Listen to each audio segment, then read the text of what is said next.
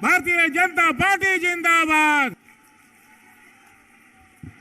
अब हम विनम्रता पूर्वक आग्रह करते हैं अपने नेता, देश के गृह एवं सहकारिता मंत्री, धारा 370 हटाने वाले आदरणीय नरेंद्र मोदी जी के नेतृत्व में राम मंदिर का निर्माण करने वाले यशस्वी, लोकप्रिय, सर्वप्रिय, मनप्रिय, जनप्रिय, अति प्रिय नेता आदरणीय अमित शाह जी को हम आमंत्रित करते हैं अपने आशीर्वचन से हम सभी को अपना आशीर्वचन दें। अमित शाह जिंदाबाद, नरेंद्र मोदी जिंदाबाद।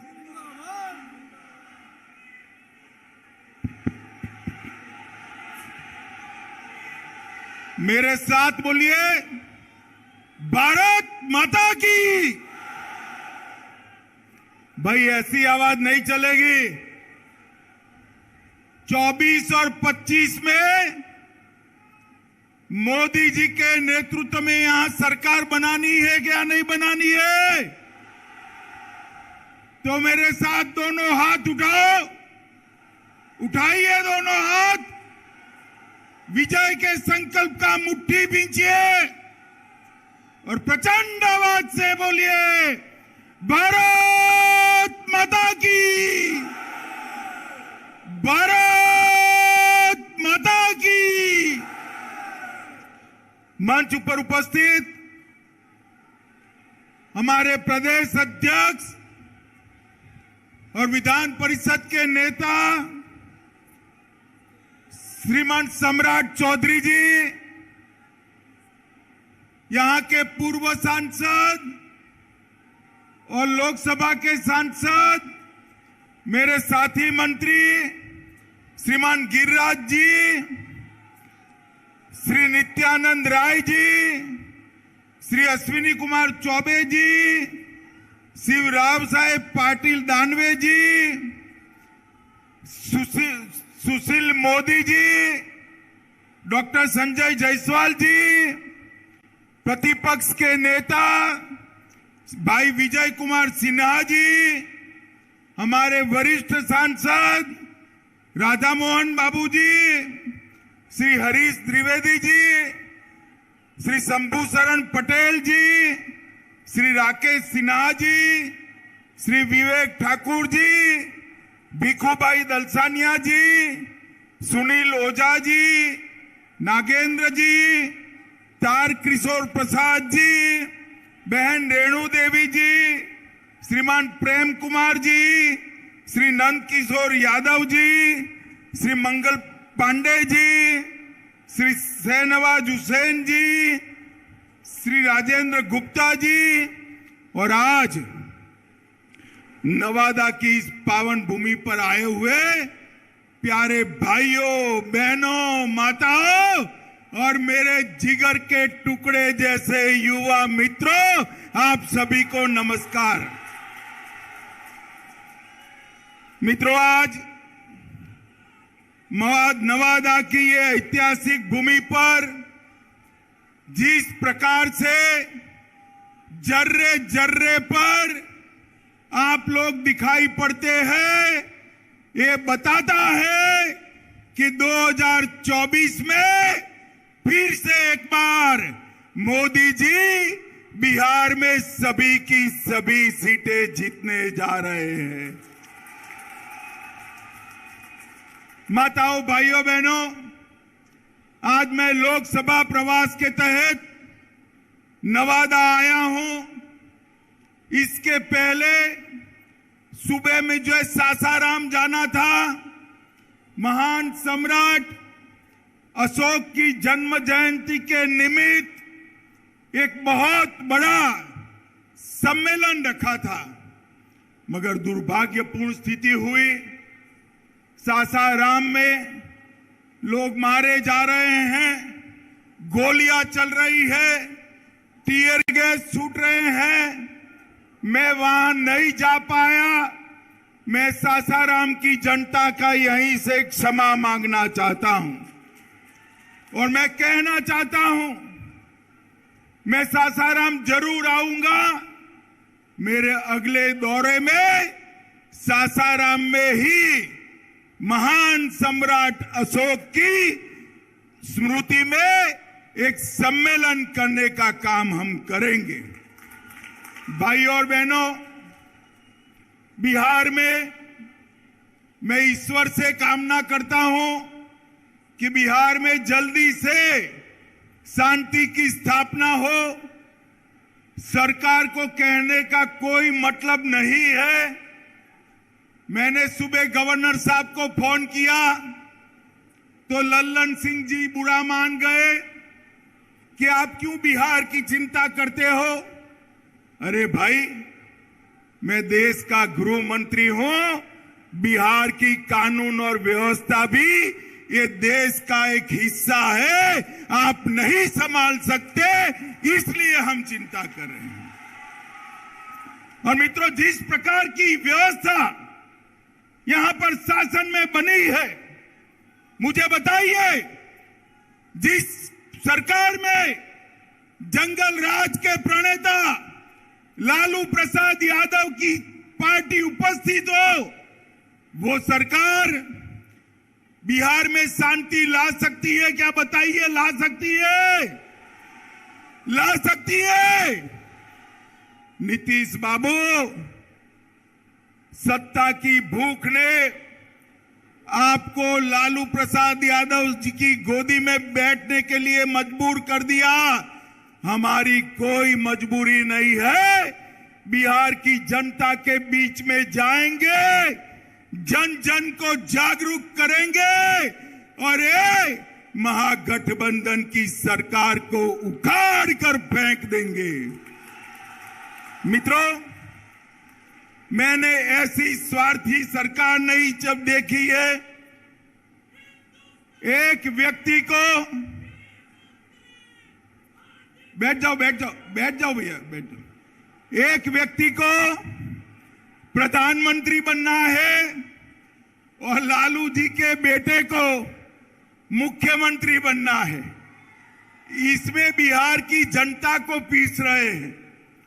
मैं आज लालू जी को भी कहने आया हूं, लालू जी, नीतीश बाबू को आप जानते हो, प्रधानमंत्री वो बनने से रहे, वहां जगह खाली नहीं है। देश की जनता ने तय किया है, तीसरी बार भी नरेंद्र मोदी जी प्रधानमंत्री बनने वाले हैं। और अगर मोदी जी प्रधानमंत्री बने तो नीतीश बाबू कभी आपके बेटे को मुख्यमंत्री नहीं बनाएंगे। आप भी गलतफहमी में हो, नीतीश जी भी गलतफहमी में है, मगर बिहार की जनता गलतफहमी में नहीं है।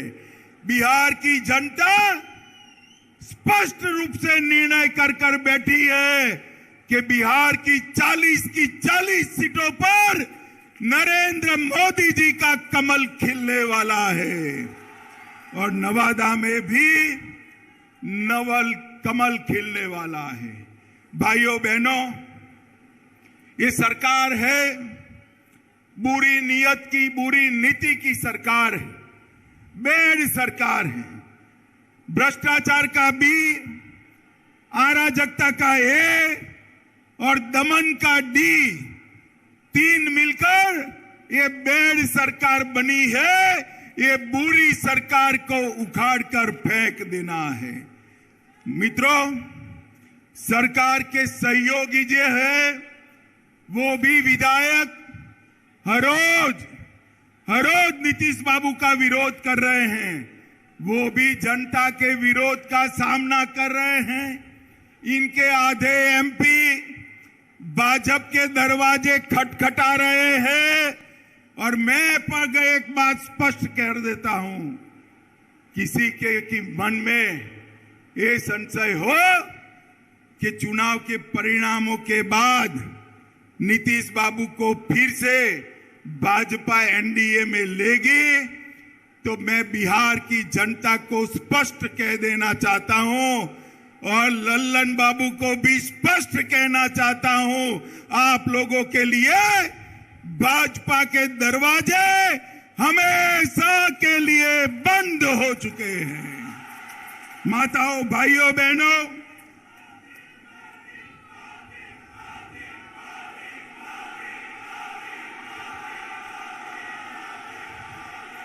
माताओं, भाइयों, बहनों, आपके नारे बता रहे हैं, जनता भी चाहती है कि अब नीतीश बाबू को वापिस न लिया जाए।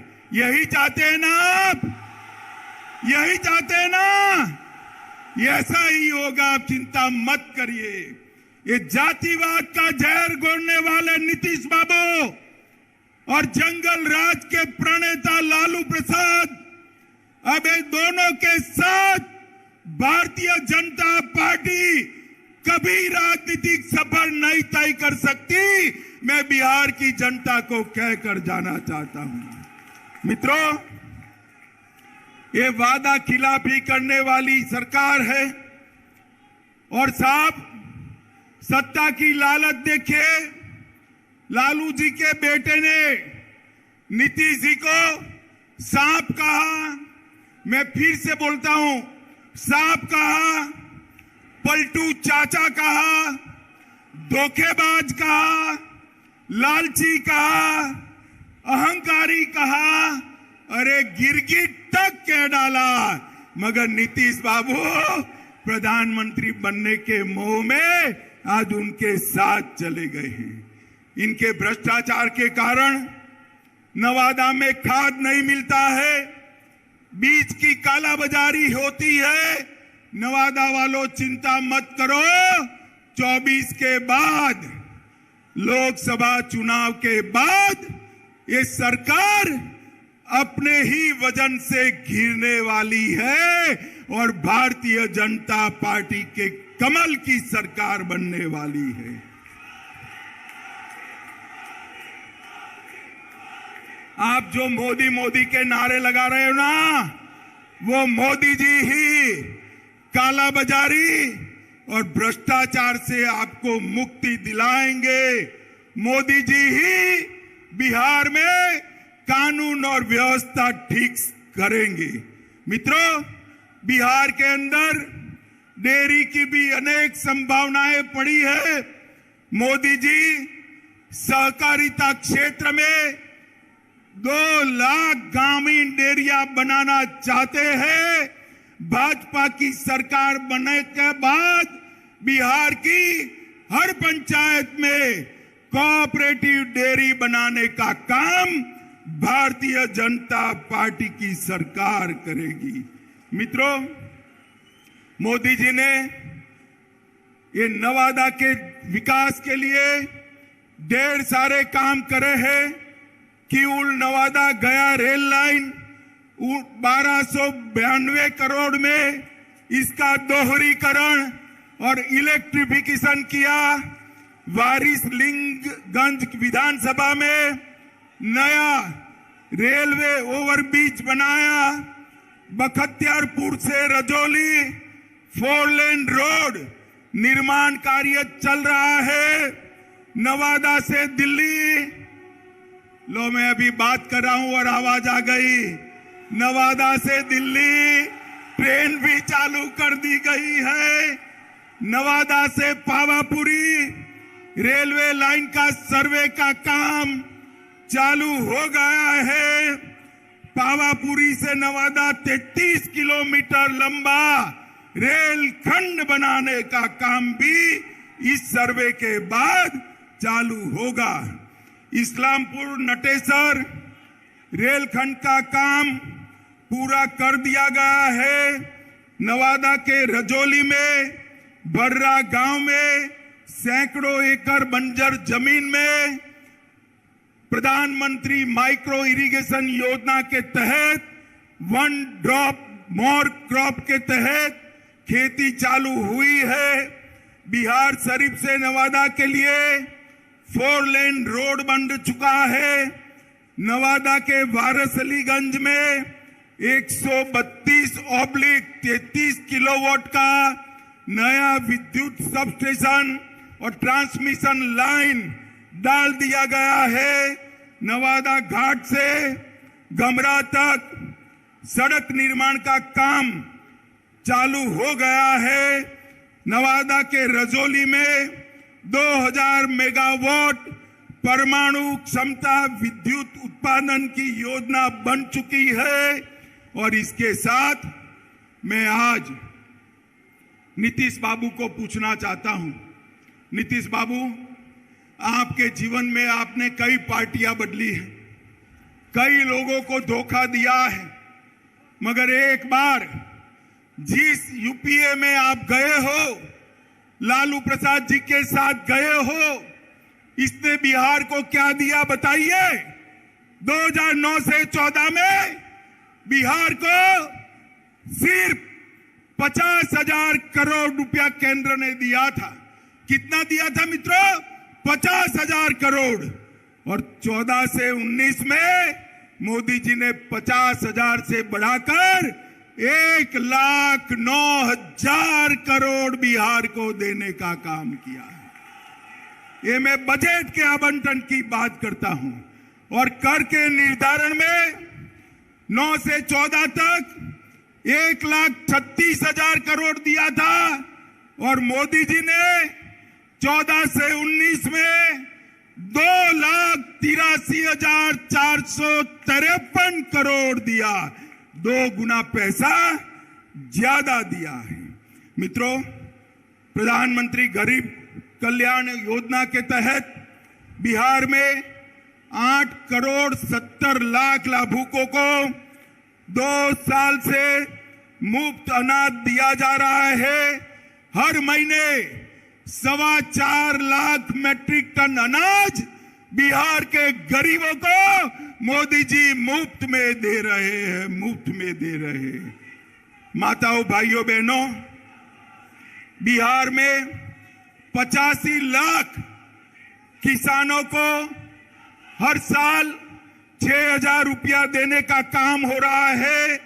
1.1 करोड़, 1,10,00,000 माताएं बहनें जोर से ताली बजाए। 1,10,00,000 माताओं को गैस का सिलेंडर देने का काम नरेंद्र मोदी जी ने किया है। आयुष्मान भारत योजना के तहत 85 लाख लोगों को मुफ्त इलाज की व्यवस्था की है। लगभग प्रधानमंत्री आवास योजना के तहत 40 लाख लोगों को आवास देने की योजना बनी है।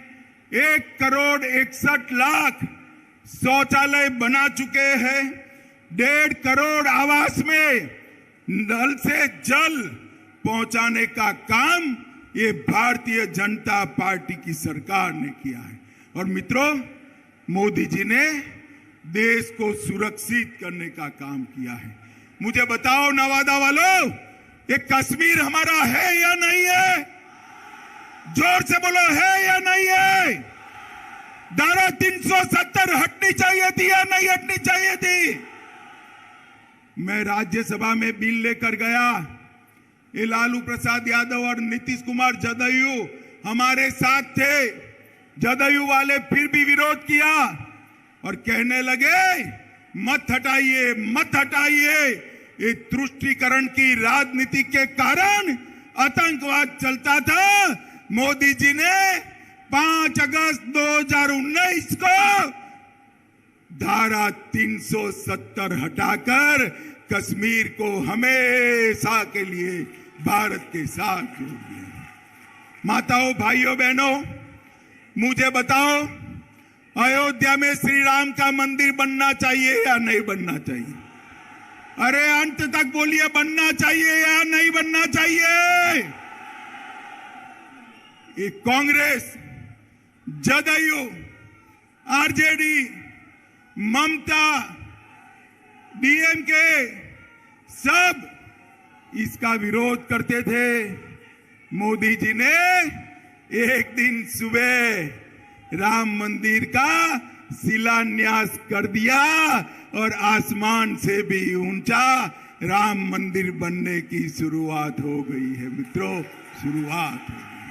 मोदी जी ने हमारी सांस्कृतिक धरोहर का ही पुनर्निर्माण का काम किया है। और आज समग्र बिहार चिंता कर रहा है। बिहार के बिहार शरीफ में आग लगी है, सासाराम में आग लगी है, बिहार शरीफ नालंदा तो नजदीक ही है। चिंता हो रही सबको। मैं आपको कहता हूं 24 में मोदी जी को पूर्ण बहुमत दीजिए, 40 में 40 सीटें, और 25 में भाजपा की सरकार बनाइए। ये दंगा करने वालों को उल्टा लटका कर सीधा करने का काम ये भारतीय जनता पार्टी करेगी। हम तुष्टीकरण में नहीं मानते, हम वोट बैंक की राजनीति नहीं करते हैं। हमारे शासन में दंगे नहीं होते हैं। माताओं, भाइयों, बहनों, इतनी बड़ी संख्या में जहां तक नजर जाए भीड़ दिखाई पड़ती है। मुझे बताइए, बिहार की 40 सीटें मोदी जी को देंगे क्या? सुनाई नहीं पड़ता है मोदी जी को दिल्ली में? जोर से बोलिए, देंगे क्या?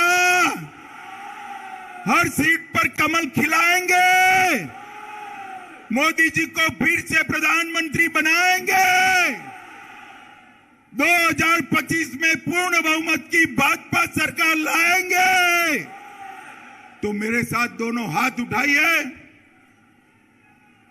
विजय के संकल्प की मुट्ठी बीचिए और प्रचंड आवाज से बोलिए, भारत माता की, भारत माता की, भारत माता की। वंदे वंदे वंदे।